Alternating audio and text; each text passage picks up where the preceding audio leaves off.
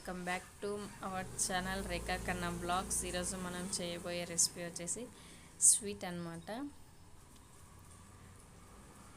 ఫస్ట్గా oil heat చేసుకొని అందులో గీ యాడ్ చేసుకున్నాం. ఇప్పుడు ఇందులో 1 కప్ షుగర్ వేస్తాము. సేమ్ మనం దేంతో అయితే మెజర్మెంట్ తీసుకున్నామో అదే కప్తోనే మనం వాటర్ యాడ్ చేసుకున్నాము.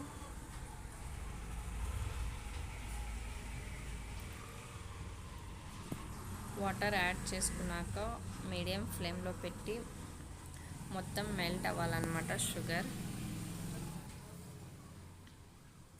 ఇలా బబుల్స్ రావాలి. మొత్తం మెల్ట్ అయిపోయింది షుగర్. ఇప్పుడు మనం ఇందులో 1:2 అన్నమాట. షుగర్ 1 కప్ తీసుకున్నాం కాబట్టి ఇప్పుడు 2 కప్స్ మిల్క్ పౌడర్ అన్నమాట. కొద్దిగా వేస్తూ కలుపుకోవాలి.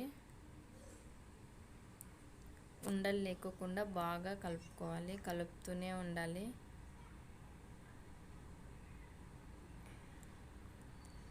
ఇది మొత్తం దగ్గరికి రావాలి.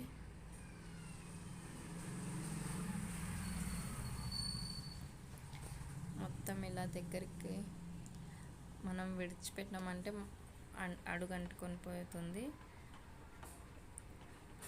అది ప్యాన్కి సపరేట్ అయ్యేంత వరకు మనము కలుపుతూనే ఉండాలి. ఇలా అన్నమాట. ఇంకొంచెం కన్సిస్టెన్సీ వచ్చినాక మనం సగం సపరేట్ చేసి ముందుగా అప్లై చేసుకున్న గీ ప్లేట్లో వేసుకుందాం. ఇందులోకి కలర్ యాడ్ చేస్తాము. ఫుడ్ కలర్ యాడ్ చేసినాం అన్నమాట.